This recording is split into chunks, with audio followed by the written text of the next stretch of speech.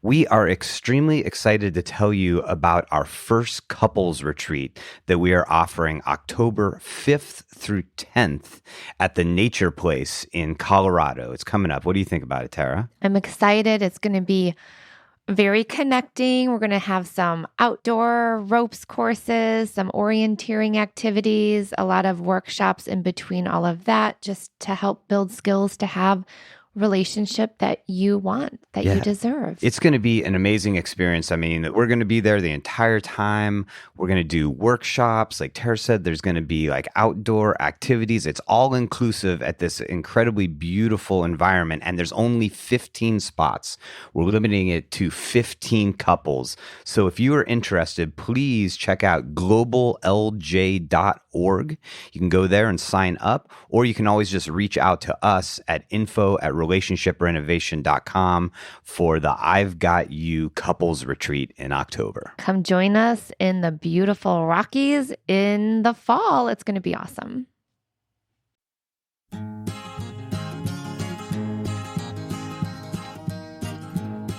Hello, all, and welcome to the Relationship Renovation Podcast. I'm Tara Kerwin. And my name is EJ Kerwin. And we have a really great topic we're going to explore today. We're going to be talking about mindful self-compassion. And that is such an important concept for us to explore in the context of relationships and couples, because of really the two components here, which is mindfulness and self-compassion, that oftentimes couples, when they come in, they are struggling with empathy, with compassion for their partner. And when you get really to the root of it, is oftentimes there's really a breakdown in them having empathy and self-compassion for themselves. So we're going to talk about just the whole concept of empathy, the concept of self-compassion. We're going to give you some tools in order to cultivate that within your relationship. And then we're going to talk about mindfulness, which at the end of the day is just about the ability to pay attention, to focus your mind on a particular point and stick with that, and just how important it is to have a sense of mindfulness within your relationship in order to have that amazing connection with your partner that you want to have. And we have a special guest in our studio today whose passion is this subject. Her name is Audrey Darnell. She is a licensed associate counselor, nationally certified counselor. She is a couple specialist. She also sees individuals and families and kids. We are grateful that she is a therapist at our center. And so welcome, Audrey. Thank you. Thank you so much for having me today.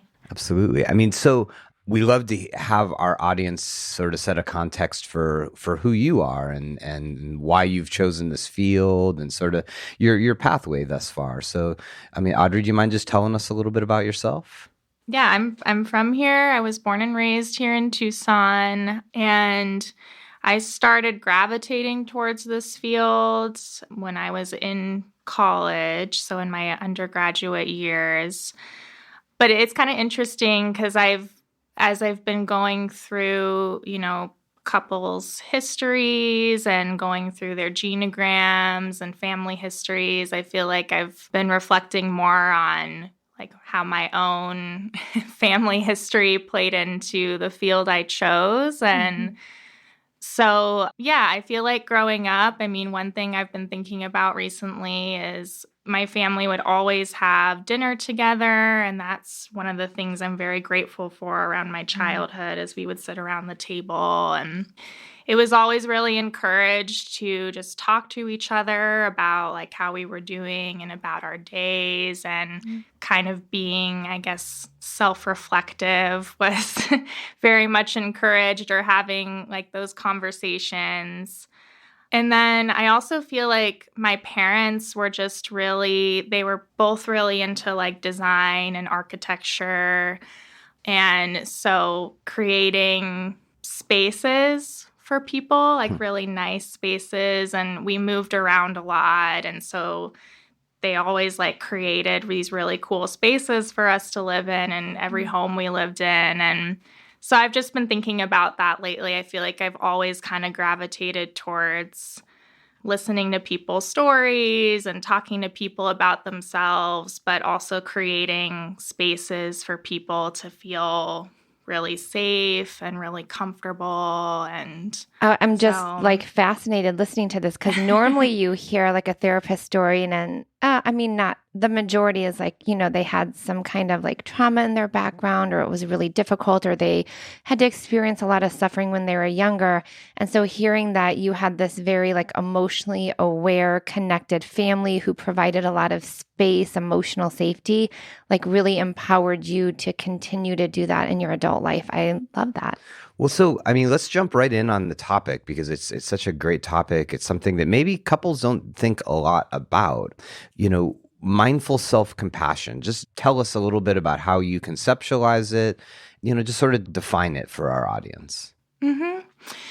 Yeah, I mean, I definitely go to refer to Kristen Neff primarily when I define mindful self-compassion. So Kristen Neff she's a big researcher in the field of mindful self-compassion.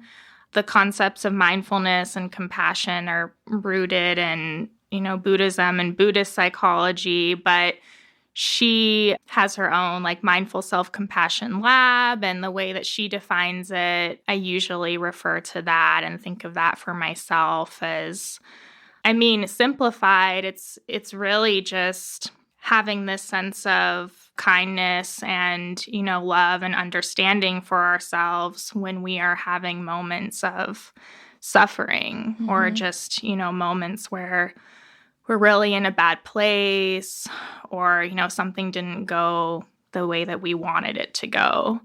And where mindfulness comes in is being able to meet yourself where you're at. I mean, that's where how I see it, and just accept and kind of sit with whatever you might be feeling in the moment without, making too much of it or falling too much into our own narratives around what might be happening, which is so human and so common, and also being able to connect the suffering that we're experiencing to a sense of common humanity. So we're not alone. I mean, I think that directly applies to couples counseling in that, like, oftentimes when people come in to see us, they're at a point of such like suffering. They're so frustrated with the dynamic that there's not a lot of acceptance. There's not a lot of empathy definitely for the situation, oftentimes for the other person. And then as we delve deeper into the process with them, a lot of times for their own role and their self. Well, I think it's too like when we suffer and we don't have the tools to be present, mindful, compassionate with us, we try to control our suffering or blame the other person. So again, when couples show up here, there's this blame, like, how dare you make me feel this way? And I'm trying to control the situation. And so it sounds like a lot of work you do with your clients is to try to internalize what that experience is for you. And then let's bring attention to it and try to soften that. And I mean, I can say we've done a lot of that in our relationship. It's how we've shifted because I'm now way more compassionate with myself and the difficult feelings that happen during overwhelming moments, which are many with our busy life. Yeah. Well, and it's interesting because, just in the context of our relationship, a lot of the ways maybe that I would react to you and be intolerant of certain behaviors or certain dynamics between the two of us, as I've gotten deeper and deeper into my own work around it, it's just like I have to delve into my own stuff. I have to accept parts of myself before I can even get to the place of accepting things about you. Yeah, so this is an important topic. It feels like when you hear it, like, oh, mindful self-compassion. It feels like so easy, but Audrey, I'm sure you're going to share with us, it's like one of the hardest things for humans, for individuals to do in difficult moments. Yeah, no, absolutely. I mean, it's been one of the hardest things for me to practice for myself, although at the same time, it was the first thing I found for myself, in difficult moments where I really felt that shift. But yeah, I mean, getting there, we're really not primed, conditioned to do that. I mean, even those of us who maybe did feel like we had a good upbringing or nurturing parents, maybe weren't necessarily talked to in that compassionate voice, or, even know what that might sound like or what that might look like. Mm-hmm. And there's also, I mean, a lot of misconceptions about it as well.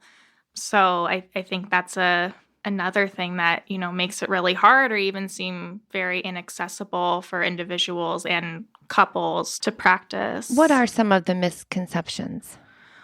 So, I mean, I think one of the biggest ones is confusing self-compassion for like self-pity, or, if you practice self-compassion, then you're just, excusing yourself for bad behavior, or you're never going to get anything done in your life. And, typically our kind of mainstream American culture is pretty focused on like getting stuff done and, being productive. Mm-hmm. But there's actually been there's been research done to show that, it's actually quite the opposite. And even if you really think about it, like without looking at any research, it kind of makes sense, because how many of us have really like gotten stuff done and, motivated ourselves by beating ourselves up or being critical. Mm-hmm. Perfectionism. Mm-hmm. So when you're working with a couple and you begin to have that sense where like one or both of these individuals really doesn't have a lot of compassion for themselves, how do you see it creating disruptions in their relationship? That's a really good question. I mean, I feel like I've definitely seen this show up so much in the time that I've been here, which is one of the reasons why I wanted to take a closer look at it and talk about it today. I think one of the biggest things that I see is this sense of perfectionism, from one or both individuals in a coupleship, where someone is, maybe holding themselves to a standard that isn't very compassionate or, isn't realistic at the end of the day. Or again, going back to that sense of, acceptance and kind of meeting your own emotional needs, one or both people might really struggle with having that acceptance for themselves or being able to talk to themselves in a kind and compassionate way.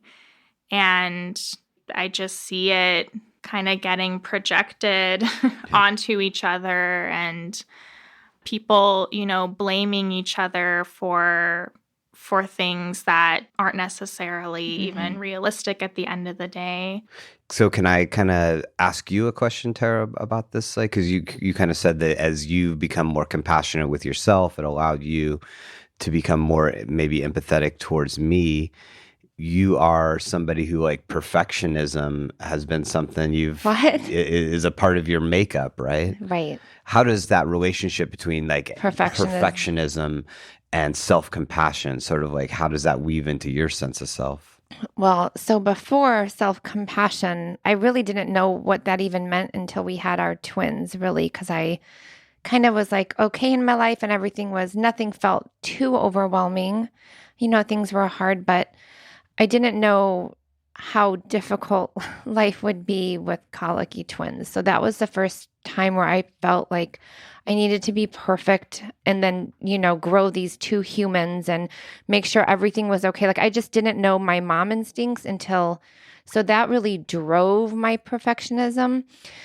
And so what would happen is I was so hard on myself. I thought if those twins weren't stimulated at every second of the day, I was like, oh, I'm being a horrible mother. They're going to grow up to be horrible people. Like I'm not, it was just awful. Yeah. And it's not sustainable. That how I was feeling wasn't sustainable. And then I would totally project onto EJ, like, why aren't you helping me with this? Like, why don't you see that they need to be constantly stimulated and constantly nurtured and constantly interacted with? Like, it was crazy. And so I'd get mad at him for not showing up in my perfectionistic worldview. And so then I started to practice Tara Brach again. She's like one of my favorite people to listen to because she is so amazing at talking about mindful self-compassion. And I just started listening to her podcast and everything made so much sense. And I just started practicing moments of like, I'm okay, I'm safe, I'm a good enough mom, I'm doing the best I can. Again, it's like minutes a day I would do that. I would do it when I was, at a stoplight and the twins were screaming in the back. And I would just be like, I'm okay, I'm safe. And so I just started practicing that because if I hadn't practiced that, EJ and I wouldn't be together anymore. Like I just knew our whole life would blow up.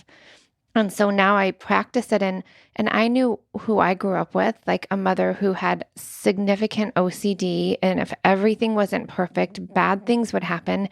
And I never wanted my children to grow up in an environment where they were scared of me, where they had to make sure everything was in order and everything was okay because I know how awful that felt. And so I was very compelled to do this work because if I didn't, then I would just be repeating my generational trauma, and that wasn't okay. And so now again, even though I still have that perfectionism, I'm soft with it. I'm like, it's okay that things are on the counter and food is on the floor and there's animal hair everywhere and that my husband is who he is and he doesn't have to show up for me in this perfect controlled way. And so there's just been such a I know this is a very long answer to your question, but I feel free. And I feel like now my people in my orbit can feel free too. And do I still struggle with it? Absolutely. But it's an internal process for me now. Instead of projecting outwards, I'm like, I'm okay. This is okay. I know where this is coming from. Like, I'm good enough. Like, it's okay. I'm safe. My big thing is I'm safe. Yeah. I mean, what I heard there is like that inevitably a person is pushed up in a point in their life where they're at their limits. That eventually there's a point where they're not able to, perform in the way they want to perform or they're suffering. And there's this like gripping then and self-judgment that happens. And where does that happen more than anywhere else, which is in your relationship? And you sort of then look to the other person to be like, hey, why aren't you fixing this? Why aren't you keeping me from feeling this way? Or why aren't you creating an atmosphere in our environment where I am okay? Exactly. And this is where that we talk about it a lot in our work with couples is like when our instinct is to look at the other person and start judging and start, becoming irritated and frustrated with their behavior. It's the important time to use this mindfulness of looking back at yourself. Yeah. Why is that bothering me? It's something inside of me. I love how you shared some of those self-compassionate phrases that you like to use with yourself. But yeah, another thing I just wanted to add about that I didn't mention before was I do think that we tend to feel if we maybe don't have as much self-compassion for ourselves, it kind of puts us alone in the struggle too. So we isolate ourselves, unintentionally. And in a coupleship, it kind of makes you move. It can make you kind of move away from your partner during times when you could look towards each other and realize, I'm not alone here. I'm not alone in this suffering. Wow, I think that you just nailed something so important right there is because, we're always looking at like, hey, here's a concept that we're talking to all of you there about. And how do you identify whether it's something that actually is happening in yourself, in your relationship that you're unaware? And that you said is like when there's these moments of a lack of self-compassion, our instinct is to isolate. Is to pull away, right? And I think oftentimes though, what we see is that like I am doing that, like I am pulling away, I am isolating from my partner because of what they're doing, not because there's something happening internally for me. And maybe they are doing that thing, and I am triggered by it, and it's like, but at the end of the day, it's like I am isolating myself, and I know like that's something that I work towards is like when I am feeling down about like maybe I'm not showing up the way Tara wants me to, or we're having all this strife, and I don't even realize sometimes that I'm beating myself up. I'm isolating myself because I'm like so focused on, well, it's her fault I feel this way. I mean, that's where I think everyone needs to hear this. Like, this is not this thing that we're just born innately with, mindful self-compassion. Right. Like, it takes skills and tools and using them over and over, and education and being in a safe setting with a professional. If you have a really hard time doing that, like, it takes a minute to get there, that it's, just it's skills based really, because you have to recognize something is happening.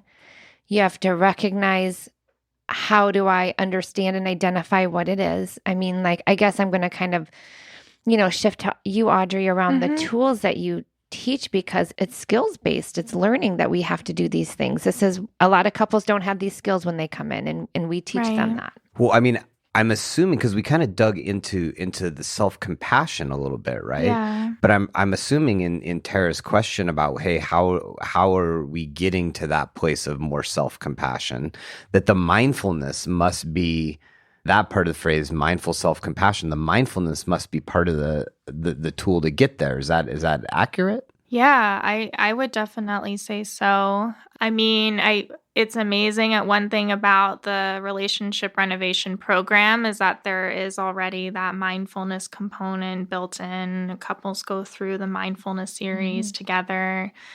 And I would say that that's a great pathway to, opening ourselves up to mindful self-compassion, because that is one of the core elements of it, is being able to recognize without judgment, as hard as it is, recognize without judgment just what you're experiencing. Like right now, I'm feeling really anxious, or I'm feeling really rejected in this moment. So being able to slow down and do that is definitely the first part of that. And in terms of getting there, I mean, I feel like that's one of the hardest parts. I know. I mean, I typically encourage people to try to pay attention to their physical cues. Like when you're having anxiety, what's the first thing you notice?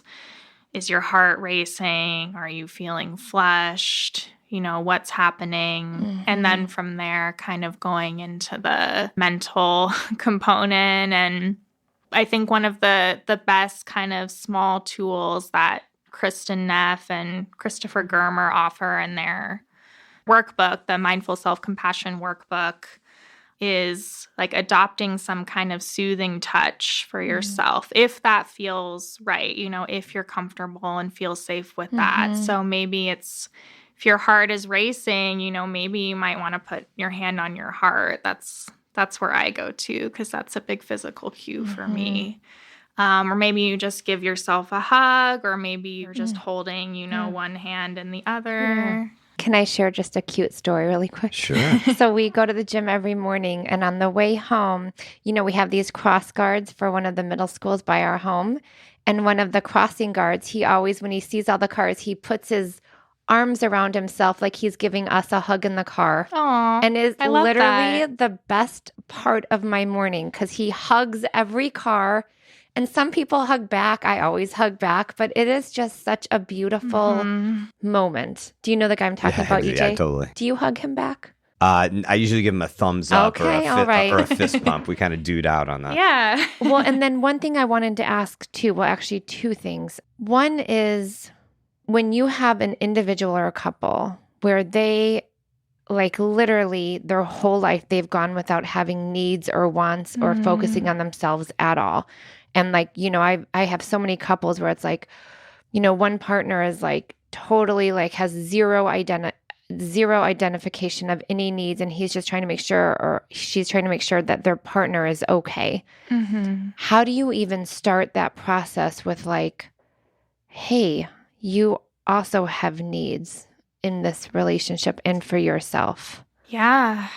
That's very common. And I mean, definitely something that I see a lot. I mean, one thing that I try to be really intentional about when I'm in the room with a couple where that might be happening, or with an individual, in a coupleship where that might be happening, is trying to be really attuned to, the needs underlying what they're saying. I mean, even if they are saying something very hurtful, for example, in the moment to their partner, or, something critical about themselves, like really trying to listen for what might be the unmet need there, and saying, I'm really hearing that you're feeling alone, when it comes to the parenting of your kids, or something like that. So I try to be, I guess, that compassionate voice for people. And that attunement, Audrey, because, right, when a couple comes in and they're really fractured or whatever, the partner's not being able to attune, right? Because there's so much tension. So here's this, brilliant therapist attuning to this person's unmet needs, helping them understand that they're there. And then we also, again, as therapists, we get to have these cues in the room, because it might not, I will start to see someone's face turn like reddish purple when we hit on something uncomfortable, but they don't know what's going on. And so we get to point out these, like, what just happened? I noticed that your face is getting really flushed. So we get to like point out these like little micro movements that happen, and then that attunement piece, I think, starts to build this understanding, like, I'm important too. Yeah. And I think like what we're doing, and we're kind of encouraging people at home to do, is that there's this like deeper level of self-reflection that is the mindfulness piece that gets you out of what we call content versus process, right? And like I can just think of a couple this week I was working about where we're talking about a dynamic, whether it was money or household chores or whatever, and they're in the like, well, you don't do this and I need this, and it feels like they're voicing a need, but it's not tender, it's not vulnerable. And what we want people to do is sort of brush, like, okay, what's below the distribution of work? It's like, I need to feel supported. Yes. I need to feel like somebody has my back. I got you. As Tara said, has really like put forth to me, like, I need to know that you have me in those moments, right? But it's hard to get to that because that's a really vulnerable place. And it's much easier to just be like, you don't Swifter the floors enough. It's easier to be like, I make all the money and you don't make enough money. And when underneath it's like, oh, it's this deeper, more humanistic need that's underneath it. Yeah. And I think there was a second question I wanted to ask you, Audrey, because Tara Brach calls it the U-turn, like, right, that we have a choice to either project out or be critical or be judgmental, or we can U-turn it into kindness, self-compassion, awareness, mindfulness. Yeah. So what do you notice with individuals, couples that you're working with, when they start to do the U-turn from self-critical, self-blame, self-judgment, blah, blah, blah, all those things, to mindful self-compassion? Like, what do you notice? Well, I feel like I notice, I don't know, I guess the only way I can really describe it is like the release of an inhale, like you've been holding your breath for a long time, and it's like, and I see, just a calmness, and it might not be like all the time or right away or every single day, because we're human, and, we still have our moments of feeling frenzied or judgmental or whatever it is. But I do see a calm and almost this feeling of like, wow, I like feeling this way, like it feels good to be in this space of not having these judgments or, these super high standards for myself that aren't so compassionate, or these super high standards for my partner that aren't very compassionate. And, to just be accepting of of what is.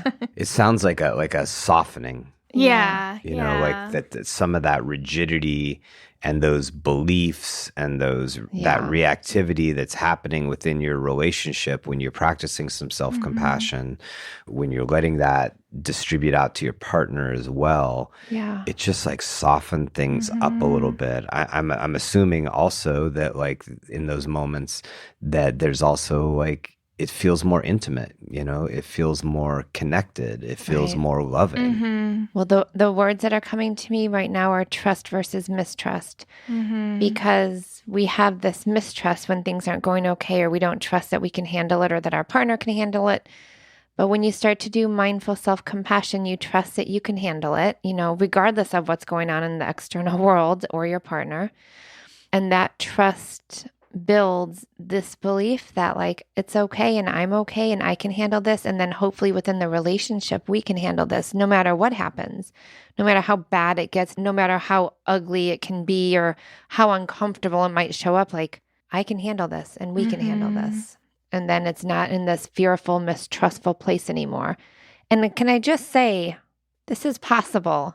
Because we have seen it happen with hundreds and hundreds of couples, including our own relationship, including with our own individual selves, even if we're not in a relationship. So it's pretty powerful to be able to trust that no matter what's going on for you internally, you got this. Yeah. So how do you support your partner, right? Like if you're noticing like, wow, my partner is really tough on themselves. Because what I've seen a lot of times is actually the opposite of support. I see a lot of people really frustrated with their partners when their partners are really like tough on themselves and then eventually tough on them. How do you go about making that shift? Yeah, one thing that does come up a lot, I mean, I've seen it come up in my own relationship is, you know, one partner might be a little bit more self-critical than the other, or, you know, might just hold themselves or, you know, the relationship to a different standard, like an unrealistic standard sometimes, or just have those perfectionistic tendencies. And I do see the other partner a lot, getting frustrated with that or just trying to jump in and fix, you know, what's going on for them. That's something I think we all see a lot, and it's really easy to want to try to do that. You know, I would just encourage you to try to find what that compassionate voice might look like for your partner. You know, you might even ask them, like, what would you really like to hear from me during those times? What would feel supportive, right? What would feel compassionate, or, you know, if that language doesn't resonate with you as well, you know, just what would feel good? What would feel comforting for you to hear, you know, when you come to me with these insecurities or, you know, when you're really in a place of high stress or, you know, a high self-criticism. Yeah. I mean, one thing I see that doesn't work is oftentimes the other partner challenges the belief very directly. You know, if they're Can you give like, an example? Well, I mean, I could give an example in just like a very nuts and bolts way of like, man, I feel so ugly today, or I look horrible.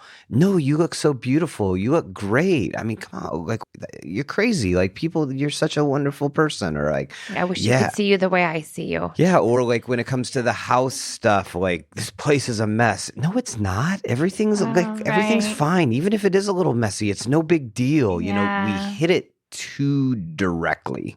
You know, and because you're dealing with a negative core belief that is at the core of this person, if you tell them they're wrong, that's gonna piss them off. It's gonna agitate them because they're just like, what? You don't understand. You know, it's just like, get away. You feel alone. That person that's struggling feels alone in it, and like, oh God, I must just be crazy because I'm being told that that's not cool and that's not okay and that's not right. Yeah, and if you take that opposite approach of not validating, not being like, yeah, you do look horrible today, you know, but instead like being like, hey, tell me more, like what's going on? Help me understand what you're going through, right? Yeah. And if the other person is willing to go on that, well, I just woke up today and the first thing I did was I looked in the mirror and like, oh gosh, it sounds like, and just going down that rabbit hole with them. Curiosity. And what it does is instead of that person having to like either retract it away and keep it themselves or just get stuck in the loop, you allow them to sort of exhaust the feeling, to express it. And it might not get to the place yet where they're able to then personally challenge their negative core belief or go against it. But at least it doesn't get like thrown on the heap or the stockpile of like, oh, I just got to swallow this. Nobody in the world really is willing to hear. Right. And it stops reinforcing that, negative dynamic that happens. Like you shift it, you change it, But it's so counterintuitive. I have like so many couples who are like, really? That matters? Or even I'll explain the concept to them, tell them like, this works. I'm telling you, this helps. And then we get like towards the end of the session and I'll be like, okay, like, in the next week, if your partner, if this happens, what's the way you think you'll approach it? And even though we've talked about it the entire time, they'll sit there frozen because it's just not intuitive at all to do it this way. It's a skill. I know. This is what we do here at our center. Yeah. Teaching the skills, because we all beat ourselves up for many different reasons, from our life experiences, from messages we got, from our culture, from our society, from so many different experiences. But if we have the skills, and I don't really want to say the motivation, even just the curiosity that it could be different, things can change drastically. Absolutely. Yeah. Well, I'm sitting here looking at the workbook, and so I'm just going to plug it one more time, and I'll put it in the show notes as well. But you brought in a book. It's called Mindful Self-Compassion Workbook. The authors Neff and Germer, and it sounds like. Why do you recommend that book? Like, what's useful about it? I think that it's pretty reader friendly, I would say. There's a mix of really nice, like reflective exercises. So if you're the kind of person who benefits from writing things down or writing things out to process or learn, there's those kinds of exercises in there for, helping you cultivate that compassion in your lives. And it's pretty expansive. I mean, it goes through every aspect of self-compassion, from self-compassion, towards yourself, loving kindness for ourselves and others, to how this shows up in your relationship. There's a section in here, devoted to that. There's a section in here around self-compassion and caregiving. And there's also, some meditations in here, some mindfulness practices, and some informal practices as well, where you can just kind of learn for yourself, what does it sound like to speak in a compassionate way to myself, or how can I help my partner support me in this? So yeah, I would definitely recommend this for anyone who kind of like wants an interactive experience with learning that. There's also a great meditation practice called Metta that I've used over the years. And there's also, if you just type a Google search in of Metta meditation, METTA, and there's tons of guided metta meditations out there on YouTube.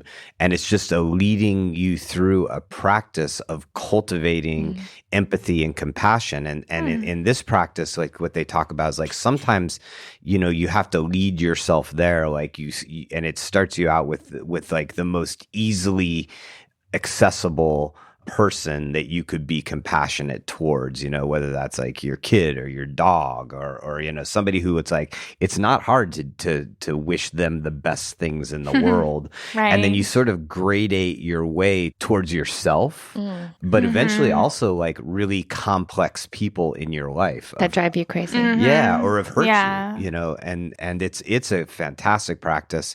There's tons of resources out there for that as well. Meditation. And Tara, maybe you could share a resource, because I know that this is also something that you're very connected with. Absolutely. So my favorite resource in the whole wide world, which everybody knows, is Tara Brach's RAIN, RAIN. R, you recognize what you're feeling. A, you allow it to show up however it's going to show up. I, you investigate why it's happening, even if you're just doing the somatic investigation. And N, nurture, you find something nurturing to say in that moment. And it's just a great practice that gives you a structure, because we all like structure. Structure provides safety to deal with uncomfortable moments. And, even if you're just in the place where you're just like, I'm just doing R today, recognize, our brain loves to identify things, right? Mm-hmm. So just recognizing, like, I'm feeling anxious, I'm feeling sad, I'm feeling alone. That's compassionate. And then you could go through all the steps too. Mm-hmm. But, Tara Brach has amazing meditations on RAIN, and she goes through it in depth, and she has multiple podcasts about it. Yeah. So that's my skill. That's my tool. That's what I use daily, hourly at times. And, we all deserve to have a more open heart, to live this life that we know of right now, to feel free. Yeah. And so it's why this topic is so important, really. Yeah. And, this is a big part of how we help couples develop deeper, more loving, more secure attachments in their relationship. Our online program, Relationship Renovation at Home, which is on our website, takes you through like a series of steps, and mindfulness is one of them, and definitely cultivating empathy, compassion for your partner, understanding your triggers and how those are really linked to a lack of empathy, a lack of self-compassion. And it's just a very structured way for you to get through this work with your partner. So if that's something that you're like, yeah, we really need some help in doing this, we need some structure for it, check out our Relationship Renovation at Home online course on our website. And I just want to say thank you to Miss Audrey Darnell, because our center is filled with these beautiful humans that have also taken on the therapist role in their life, and the level of attunement you have for your clients and your couples is what allows them to grow. And so we're just really grateful that you're here on our show today, and that you're here at our practice. And, just being in the same room with you, you can feel that heart love that you have, and you're passionate for really listening and being with others, holding that space. So thank you to your parents, really, for starting that space piece. I love that. Yeah. It's kind of full circle. Yeah, thank you. Thank you, Audrey. Yeah, thank you. Thanks so much for having me, and I'm really happy to be here. All right, so we really appreciate everyone out there who is listening to our show. We love to get your feedback in the show notes. There's a quick link to leave a voice message to us, or write, any kind of topic you'd like us to explore, or if you just are looking for some feedback on something. We interact with the community almost, within a day or so of you putting that up. Mm-hmm. Please click your review button. Give us a review. Tell us what you think of the show. We really believe at our heart that relationships are the base element of healthy communities, healthy kids, healthy businesses, everything. Healthy world. Give us ideas too. We're getting all these amazing ideas from people around the world, really, about what we can talk about. And so this is awesome. We love it. Yeah. So thank you all very much for listening. And Tara? Yes. As I always end, take care of yourself. Take care of each other. Bye-bye. Bye. Me and you just singing on the train. Me and you listening to the rain. Me and you, we are the same. Me and you have all the fame we need. Indeed, you and me are we.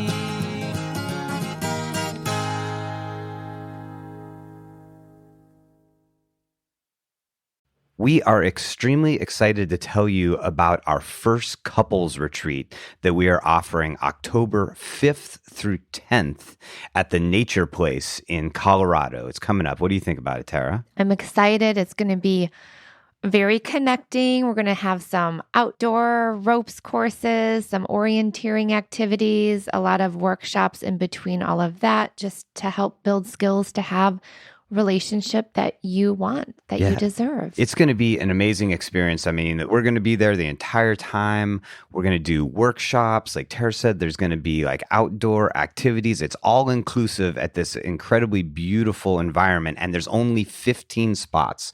We're limiting it to 15 couples. So if you are interested, please check out globallj.org. You can go there and sign up, or you can always just reach out to us at info@relationshiprenovation.com for the I've Got You couples retreat in October. Come join us in the beautiful Rockies in the fall. It's going to be awesome.